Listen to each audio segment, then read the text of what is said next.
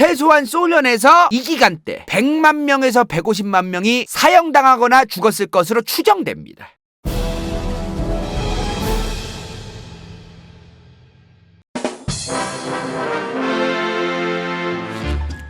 가나? 자, 저번 시간 레닌이 죽고 나서 스탈린이 이제 지가 다 해먹으려고 지 맘에 안 드는 애들을 진짜 어마무시하게 죽이고 숙청을 하는데, 솔직히 스탈린은요 그냥 레닌 죽자마자부터 숙청을 시작한 인간이에요. 1920년대 중후반부터도 계속 숙청을 했어. 근데 이미 숙청을 할 만치 했는데도 1932년 9월 스탈린의 반기를 들려던 단체들이 또 뽀록이 나는 거야. 또 조질 애들이 생긴 거지. 이때 이 양반이 이런 생각이 드는 거지. 아니 죽여도 적어도 얘네는 뭐 왜 이렇게 반대하는 애들이 끝이 없냐? 아니 아직도 남았어? 그렇게 1934년부터 1938년까지 약 4년 동안 그 유명한 스탈린의 대숙청이 시작됩니다. 그러니까 솔직한 얘기로 대숙청이라고 하는 게 본격적으로 오지게 진짜 대놓고 잡아 죽인 거를 보고 대숙청이라고 하는 거지. 이게 이 양반이 그 이전부터 몰래 뒤에서 정보기관들 그런 거 이용해가지고 잡아들인 거 따지면은 그 이전에도 오지게 많이 죽였었어. 근데도 남아있으니까, 그러니까 짜증나는 거야. 이제 스탈린이 지가 이제 지 입장에서 지가 뭔가 잘못하고 있으니까 토다는 사람들도 생기는 건데, 그렇게 생각을 안 하고 다 잡아 죽였는데 왜 자꾸 생기지, 이렇게 생각을 하는 거지 발상이. 그러니까 깔끔하게, 아주 깔끔하게 100% 아주 지한테 토다는 애들을 싹 다 조지고 싶은 거예요. 소련이라는 국가 안에서, 그리고 다른 공산주의자들 사이에서도 소련의 서기장이 되기 전에만 해도 솔직한 얘기로 좀 개드뽀였어요. 개드뽀. 근데 레닌이 이뻐해가지고 레닌 덕분에 소련의 서기장이 된 거 아니야. 그러니까 이게 항상 불안한 거예요. 내가 삼류 취급을 받던 사람이라서 졸라 나를 아직도 무시하는 새끼들이 있을지 모른다고. 언제 내 모가지 나를 암살하고 그런 새끼들이 있을지 모른다고. 언제 나한테 반대하는 애들이 쿠데타 일으켜서 나를 발로 뻥 깔지 모른다고. 이러한 불안함이 굉장히 많던 사람이었어. 그러니까 그만큼 소련의 최고위직 자리를, 서기장 자리를 유지하려면 불안하니까 하나부터 열까지 싹 다 철저하게 다 조지고 싶던 거지. 실제로 1934년 1월 26일 제17자 소련 공산당 전당대회에서 반레닌주의자다 저 새끼들은, 그러면서 잡아줘게. 하여튼 지한테 반대한다 싶으면은 반레닌주의자라면서 막 레닌 시체팔이라는 거, 시체팔이 레닌 동지의 말에 반대하는 저 반동 세력들을 이러면서 막 죽이고 와. 그러니까 반레닌주의자라면서 이 17차 소련 공산당 전당대회를 시작으로 대숙청이 이제 시작이 본격적으로 되거든요. 이때 공개적으로 자기 반성이란 것이 깁니다. 자기 반성 이제 하라고 막 반성문 쓰라고 하고, 공개적으로 이제 전당대회에서 나와가지고 이제 저는 죽을 죄를 졌습니다. 쓰레기 새끼입니다. 반동 새끼입니다. 저는 반레닌주의자고 자본주의에 물이 조금이라도 들어가지고 너무나 죄송스럽습니다. 뭐 이지라게끔 이제 어거지로 시키는 거. 이제 이때 소련 당시 공산당 최고 간부가 몇 명이었냐면 139명이었어요. 소련 당시, 소련이라는 나라가 꽤 크잖아. 그러니까 최고 간부급이 한 100명이 넘는 거야. 139명이었는데 이때 102명이 처형됩니다. 그러니까 다 갈아엎는 거죠. 어마무시한 인간이지. 관상은 과학이다. 농담으로 여러분들. 농담이죠. 그 다음에 그리고 나서 얼마 뒤에 세르게이 키로프, 이 사람이 어떤 사람이냐면 당시 소련 공산당 내의 어마무시한 정치적인 거물이었어요. 이 양반이, 소련도 각 지역별 공산당 거물들이 있을 거 아니야. 이 양반이 상트페테르부르크 쪽에서 공산당 어마무시한 직위에 있던 사람이었어. 근데 이 사람이 1934년 12월 암살을 당합니다. 이 사람이 갑자기 죽은 게 스탈린이 오다를 내렸냐 안 내렸냐는 당연히 명확하게 드러난 게 없는데 아무튼 암살을 당한 거예요. 근데 이거는 팩트가 있어. 뭐가 팩트였냐면 이 세르게이 키로프가 스탈린의 대안이 되지 않을까. 스탈린이 개 거지 같은데 이 양반이 스탈린의 대안으로서 저분이 정치를 하면 좀 더 소련이 더 나아지지 않을까라는 얘기들이 그 당시 소련 공산당원들 사이에서 소문이 막 스물스물 막 그 얘기가 쑥덕쑥덕 막 나오고 있던 거예요. 그러고 나서 얼마가 안 가서 죽은 거거든요. 이 사람이. 이거를 스탈린이 시켰느냐 안 시켰느냐는 확실하게 물론 드러난 건 없으나 정황적으로 스탈린의 대안으로서 이 사람이 괜찮을 것 같네라는 얘기가 나오는 게 있기는 있었다. 근데요, 그거 아세요? 세르게이 키로프가 암살당하자마자 지가 죽였을 수도 있는 거긴 한데 어찌됐든 스탈린이 국가의 테러리스트들이 졸라 많아서 우리 세르게이 키로프 동지도 암살을 당했다면서 계엄령을 선포합니다. 이게 만약에요, 지가 오다를 내서 암살한 다음에 국가가 위험하다, 우리 동지가 암살당했다 이러면서 개 주작질을 해가지고 만약에 국가가 위험하다면서 계엄령을 내린 거라면은 졸라 개 얼탱이 없는 일긴 해요. 몰라. 그러니까 드러난 거라서 팩트는 아니라는 거예요. 근데 분명한 건 세르게이 키로프가 스탈린의 정치적인 라이벌이었던 것도 분명한 사실이고, 요런 상황들이 좀 있었다는 거죠. 뭔 말인지 이해되시죠? 더 웃긴 게 뭐냐면, 세르게이 키로프 암살 사건 이후에 스탈린이 국가에 테러리스트들이 많다면서 계엄령 선포하더니 한 달 만에 6,500명을 체포합니다. 자, 체포를 한 다음에 즉결 심판, 즉결 처형, 이런 거 정말 많았습니다. 전부 다 뭐 즉결 심판하고 즉결 처형까지 간 건 아니지만 대부분 굉장히 많은 사람들이 즉결 심판, 즉결 처형으로 가기도 했었어요. 한 달 만에 6,500명이면 엄청나게 많은 사람들을 잡아들인 거죠. 이때 특히나 스탈린이 경계하던 게 있었어요. 왜 계엄령을 졌대? 1934년에 계엄령을 했느냐? 1934년이면은 유럽에서 무슨 일이 일어나고 있을 때예요? 얘 설치고 당길 때, 얘 오지게 독일에서 설치고 당길 때란 말이야. 이 양반이 독일에서 이 양반이 빨고 당기면서 설치고 당길 때 막 주댕이 털던 게 뭐예요? 파시즘. 그러더니 지가 이제 파시즘 좀 가공하고 조금 양념 뿌리고 뭐 요리 조금 하더니 나치즘, 요런 거 오지게 주댕이 털고 당길 때란 말이야, 이 양반이. 근데 이 나치즘이라고 하는 게, 파시즘이든 나치즘이든 간에 이게 어찌되었든 새로운 이념이잖아요. 새로운 이념이라고 하는 건 기존의 이념을 가지고 헤쳐먹던 사람들 입장에서는 똑같은 거야. 내가 이미 공산주의라던가 마르크스 레닌주의라던가 스탈린주의로 잘 이제 소련에서 해먹으려고 막 하고 있는데 새로운 게 튀어나오면 좋을 게 하나도 없는 거예요. 왜냐면 저 새로운 거를 빨면서 기존에 자기가 이제 계속 이제 선동하고 있던 스탈린주의라던가 이런 거에 반박이 될 수도 있으니까, 대항 세력이 될 수도 있고, 그러니까 이제 머리가 아파지잖아요. 그러니까 새로운 이념이 나오는 것 자체가 스탈린 입장에서 좋을 게 하나도 없었다. 그러니까 이제 스탈린이 뭐라고 하냐면은, 스탈린이 계엄령 상태에서 이제 대숙청 때 명분 중에 이런 게 있었어. 저 새끼는 독일의 파시스트 스파이들이다. 공산주의인 척하는 파시스트면서 저 부르주아들이다, 저것들. 이런 명분으로도 사람들을 오지게 잡아들였었어. 이 당시에요, 스탈린이 대숙청 기간 동안 사람들을 몇 명을 죽였는지 공식적인 자료가 없어요. 당연히 그렇겠지. 지가 이제 모가지 죽인 거 뭐 자랑이라고 그걸. 얘들아, 스탈린이 나중에 100년 후에 역사서에서 이 새끼가 존나 많이 죽인 쓰레기 새끼구나라고 하게끔 그대로 이제 몇 명 죽였는지 잘 기록해놔라고 스탈린이 했겠냔 말이야. 당연히 자료를 안 남겼겠지, 그죠? 그래서 학자들이 대부분 당시 기록이 남아있는 게 있기는 있단 말이야. 뭐가? 소련의 출생률, 매년 소련의 출생률 같은 자료들은 있단 말이에요. 그리고 당시 소련의 평균 수명. 근데 출생률과 평균 수명 이런 걸 딱 봤을 때 붕 뜨는 인구가 있어.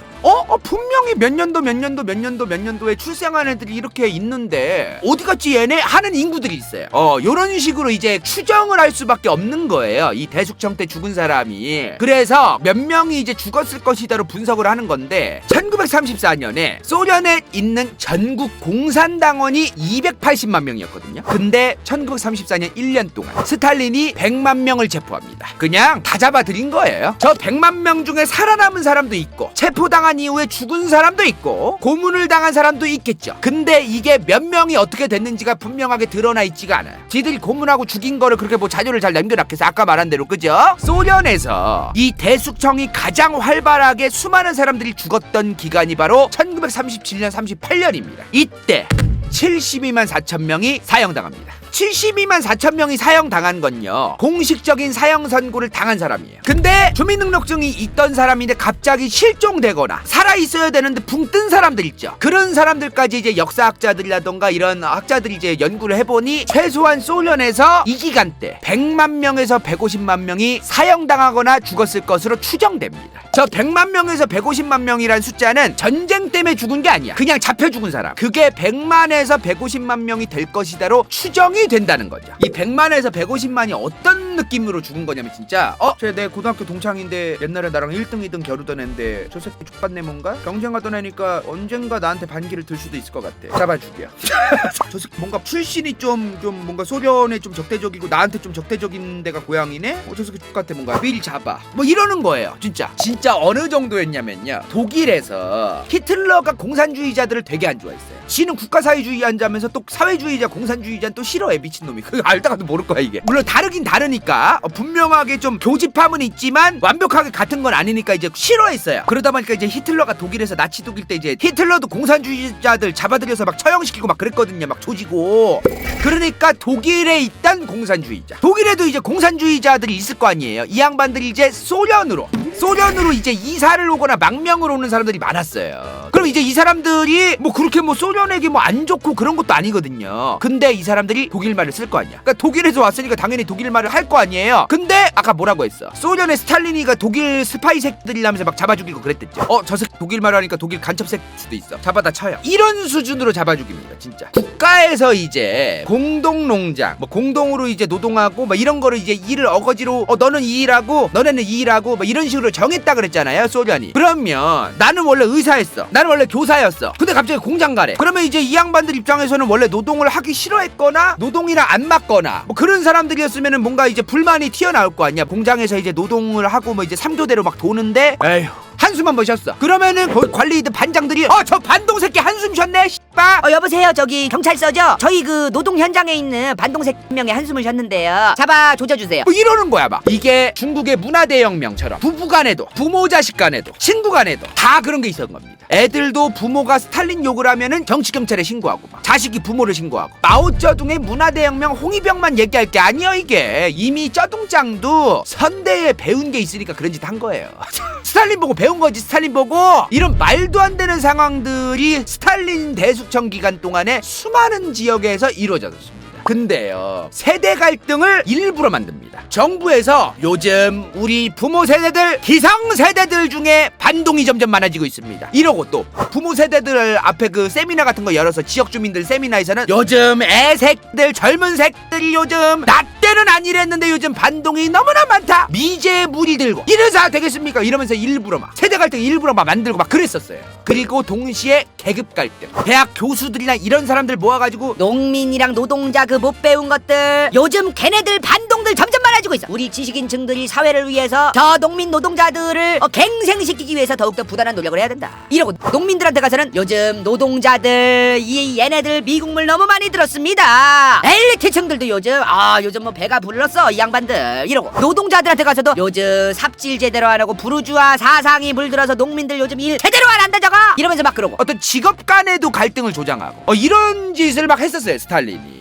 일부러. 그러면 농민들이 좋게 보겠어? 노동자들도 지나가던 농민들 보면은 에휴 혀 끌끌 차면서 쯔쯔쯔쯔 저 농민색들, 저 반동색들 요즘 많아진다던데 저런 안심한 색들 저거. 이러니까 뭔가 지들 마음에 안 든다 그러면 일부러 트집 잡아서라도 반동 아니냐 너 이러면서 막 신고를 더 잘 할 거 아니에요. 그런 느낌을 이제 조장한 거죠. 스탈린이. 딱 요즘 정치꾼들도 쓰는 방법. 일부러 내 편, 쟤네 편 이런 갈등 조장해가지고 일부러 서로 싸우게 하고 지지율 끌어모으고 그런 짓거리 하는 게 스탈린이랑 그냥 똑같아요. 그냥 인민재판급이요. 불매운동을 하냐 안 하냐, 일본을 좋아하냐 안 하냐, 중국을 좋아하냐 안 좋아하냐, 뭐 미국을 좋아하냐 안 좋아하냐, 북한이랑 통일을 하고 싶냐 안 하고 싶냐, 별의별 뭐 이런 거로 딱 잘라가지고 얘는 좌파다, 얘는 우파다, 얘는 내 편이네, 얘는 저쪽 편이네, 이런 식으로 딱 그 가르고 싶어하는. 저 인간간다요. 여기서 딱 말씀드리고 싶은 게 딱 떠보는 거 있잖아. 떠보는 거.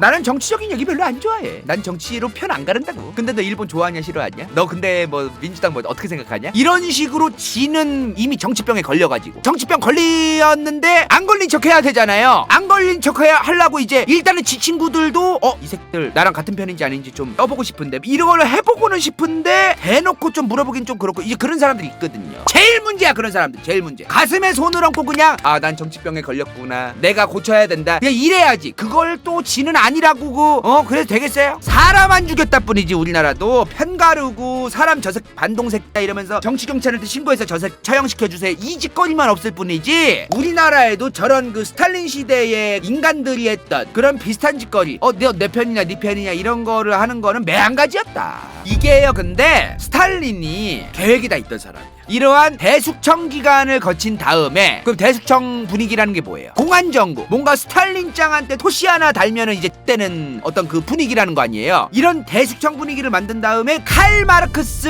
레닌을 추앙하는 소련이 아니라 이제 이제는 소련이란 국가가 최고다. 칼마르크스 레닌이라던가 이런 사람들 저 예전에 뭐라고 했댔어요? 전 세계가 공산화가 되기 위해서 노력해야 된다. 이런 말을 하던 사람이 다른 나라 지원도 해주고 특정 소련의 지도자 한 명이 다 헤쳐먹으면 안 되고 당내 공산당 내 민주주의가 제대로 흘러가야 되고 이런 생각을 하던 사람인데 스탈린은 전혀 아니죠. 내가 다 헤쳐먹어야 돼. 이 양반은 전 세계 다른 나라 공산화가 되냐 안 되냐 그게 중요한 게 아니에요. 지금 내가 지금 먹은 이 나라 소련 안에서 나의 국가가 좀 더 잘 되고 내가 좀 더 잘 헤쳐먹을 수 있고 이게 더 중요한 사람이잖아요. 스탈린은 이제 다 필요 없어. 그냥 우리의 국가 우리의 소련이 최고다. 소련이란 국가에선 내가 최고다.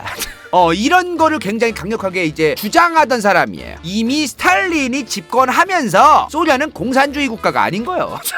공산주의 국가를 만들어가는 거는 전 세계의 수많은 다른 공산주의자들과 손에 손잡고 한마음 한뜻으로 같이 혁명을 일으키고 같이 해야 되는 거예요. 원래는 그거를 위해서 레닌도 노력을 했고 트로츠키도 노력을 했고 그랬던 건데 이미 스탈린은 그럴 생각이 없잖아요. 그냥 소련이란 나라 안에서 지가 헤쳐먹는 게 제일 중요한 사람이었잖아. 스탈린이 집권하면서 공산주의 국가인 게 아니라 국가주의 아니면 뭐 파시즘 또 동시에 뭐 배급제 비스무리한 사회주의 정책도 있고 실제로 학계에서도 나중 가서 레닌의 소련 말고 스탈린이 집권할 때의 소련을 뭐라고 하냐면은 레드 파시즘이라고 합니다. 스탈린이 집권하던 소련을 역사서에서 이제 표현할 때 학자들도 레드 파시즘 국가라고 좀 표현할 때도 있어요. 점점 소련이란 국가는 전 세계의 지상낙원 공산주의 국가들을 더 퍼뜨리고 공산사회를 만들기 위해 노력하는 국가가 아니라 그냥 지네 나라에서 스탈린이 더 잘 헤쳐먹으려면 어떻게 해야 되는가? 그리고 소련이란 국가가 좀 더 안정적으로 운영이 되려면 주변의 국가들하고 외교는 어떻게 해야 되는가? 요 정도의 국가로서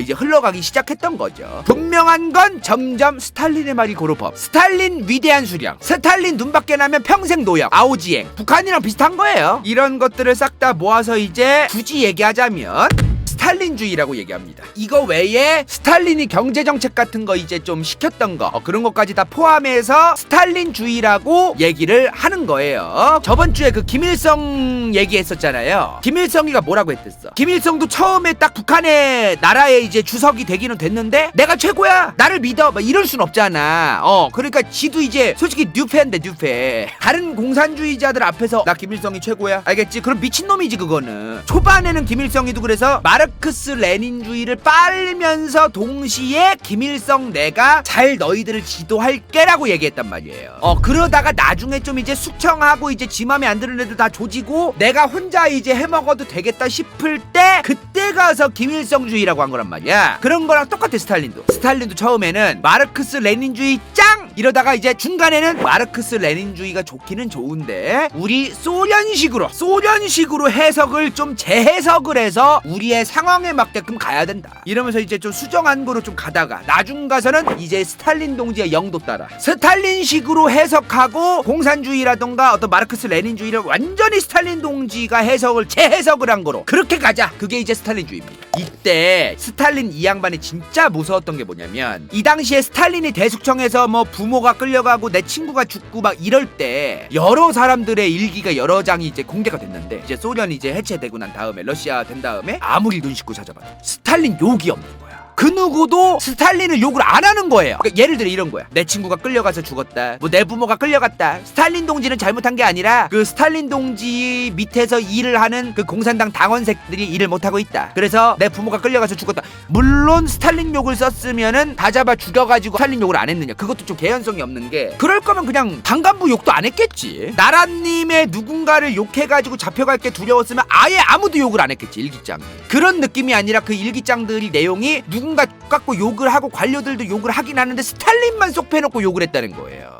그게 정말 무서운 거라는 거지. 대숙청 기간 동안 그 대숙청이 얼마나 잘 먹혔겠어요. 이런 대숙청 기간 동안 잘 먹혔던 이유가 있었어요. 왜? 스탈린은 지 우상화 작업도 오지게 잘했거든. 분명히. 근데 이미 1918년 이미 진작부터 레닌은 특정 인물이나 개인, 레닌 본인을 포함해서 찬양하거나 우상화하지 말라고 얘기했어요. 왜냐면 그거를 이용해서 헤쳐먹을 새끼가 생기고 그거를 이용해서 문제가 생길 수 있기 때문에. 근데 그 얘기를 일반 인민들도 그 당시에 소련 사람들도 들었거든요. 들었는데 다 까먹어. 그러니까 레닌이 죽고 나서 저번에 이제 말했던 레닌 와이프 나데즈다 크룹스카야 이 양반도 레닌이 죽고 난 다음에 자꾸 스탈린이 이제 레닌 영묘를 만들잖아요. 저런 거 이제 만들고 막 그러니까 레닌 와이프도 아니 레닌짱도 내 남편도 죽기 전에 저런 거 우상하지 말라고 했는데 레닌의 영묘나 기념비 궁전 행사 이런 것도 레닌을 이용해서 하면 안 된다. 그 정도로 레닌이랑 레닌의 주변 사람들은 우상화나 그런 걸 하지 말라고 했던 거예요. 근데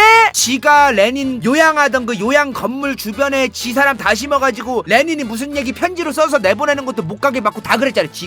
지 혼자 레닌 가다 놓고 다 헤쳐먹던 스탈린이 레닌 죽더니 레닌 동지께서는 우리나라와 민족들의 가장 위대한 영웅이시며 공산당의 집단의 성 속에 살아계신다 이런 말 같지도 않은 말 하면서 레닌을 막 성역화를 해요. 그러더니 이제 레닌 죽고 나서부터 계속 이제 지가 저 레닌 형하고 친했습니다. 저 레닌 형하고 되게 친했던 사람이에요 여러분들. 저 얼굴 좀 기억해주세요. 아유 감사합니다. 저 스탈린이라고 해요. 이지라고 댕기는 거예요 이 사람이. 그러다가 이제 레닌이 죽은 지 한 5년 정도 됐을 때 1929년 12월 이때부터 이제 본격적으로 레닌파를 하면서 자기를 중심으로 찬양을 해요. 스탈린 동지께서는 레닌 동지가 살아계실 때 최측근이셨으며 믿음직한 레닌주의자시며 레닌 동지의 유일한 믿음직한 살아계시는 조력자다. 뭐 이런 식으로 막. 이제 스탈린 그 종교를 만들 때 죽은 이제 레닌을 잘 그 헤쳐먹은 거죠. 이용하고. 근데요 이런 선동이 또 잘 먹혀요. 소련도 옛날 영상 보면 그런 거 진짜 있어요. 막 스탈린 동지 막 지나가고 막 스탈린 동지가 막 근엄하게 쪼개면서 이제 스탈린 동지 막 이러고 막 소련 사람들이 막 그랬었어. 막 그 옛날 영상 보면은 원조야 원조. 김일성이랑 김정일만 그렇게 박수친 게 아니더라고. 근데요 스탈린이 이렇게 개망나니처럼 대숙청하고 사람들 잡아들이고 우상화도 하고 이런 짓을 했어도 저번 시간에 말씀드렸죠. 스탈린이 집권하고 나서 실제로 사람들 다 갈아 넣어가지고 실제로 전세계 패권 국가로 변모하기 시작합니다. 소련이. 근데 소련이 초패권 국가가 되어가는 게 1930년대거든요. 근데 이 1930년대부터 패권 국가가 되는 게 소련의 실제 기술력이나 여러 가지가 올라가는 건 맞는데요. 그러니까 어떤 느낌이냐면은 다른 애들은 멈춰있고 개꼬라졌는데 소련만 좀 올라가서 소련이 좀 1, 2등 된 느낌? 1929년부터 1939년까지 대공황이 일어납니다. 소련은 뭐 국가중심 사회주의 배급제 이런 거였으니까 저런 게 터져도 대공황 같은 게 터져도 물론 타격이 아예 없진 않았겠으나 다른 나라들에게 대공황은 쌀이 진짜 10포대 20포대가 있던 게 작살나는 느낌이면 소련은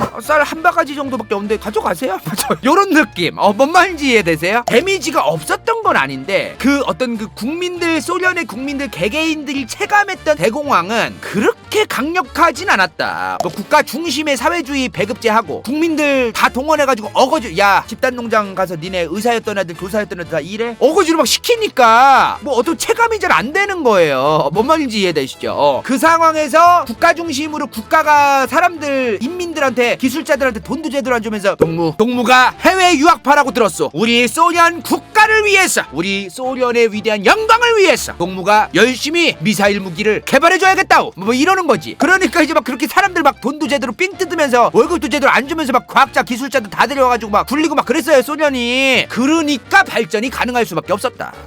그렇죠. 소련식 렬정페이. 소련식 렬정페이였다 이 말이야. 이 대공황 터졌을 때 소련 뭐하고 있었는지 아세요? 공장 짓고 있었어. 대공황이 터지니까 다른 나라들은 공장이 멈췄는데 소련은 공장을 짓고 있었어요 대공황 때. 인민들 동무들 국가를 위해서 월급 안 주고 그냥 죽이나 쏴가지고 삼시세끼 암군 깨줄 테니까 빨리 공장 지으라우 막 이러고 있었단 말이야. 자 소련은 그렇다 쳐도 소련 바로 옆에 뭐가 있었어요? 독일, 폴란드. 이때 1차 세계대전 이후에 이 독일에서 누가 튀어나와? 히틀러! 이 인간이 튀어나옵니다.